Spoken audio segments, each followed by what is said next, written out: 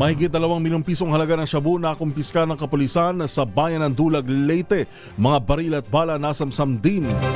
RH32, Jimmy Angay-Angay sa detalye ng balita. Jimmy. Magandang umaga, Pilipinas! Report!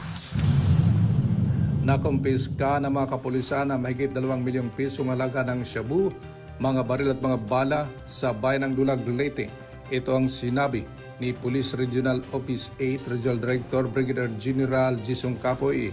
Kinilala ni General Kapring suspect si alias Danny 40 anyos, residente ng Barangay San Isidro, Dulag, Leyte, isang high-value individual na bilhalang suspect ng ilang pakete ng shabu at posisyon ng pakipakiting shabu.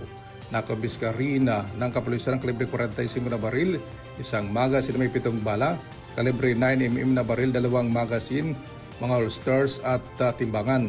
Nangyaring buy-bust operation sa bayan ng San Jose, Dulag, Leyte ay sinagawa ng Provincial Drug Enforcement Unit Leyte, Dulag Leyte PNP, Regional Police Drug Enforcement Unit, Regional Special Operation Group at First Leyte Provincial Mobile Force Company. Sa kasalukuyan ng suspect na sa kustodiya na ng Dulag Leyte PNP at naharap na ng kaso laban sa pagbibinta at posisyon ng ilegal na droga kasama ng mga illegal na mga baril. Mula dito sa DYV Action Radio Tacloban, ito si RH32 Jimmy Angay-Angay para sa DZRH. Una sa Pilipinas, una sa Pilipino.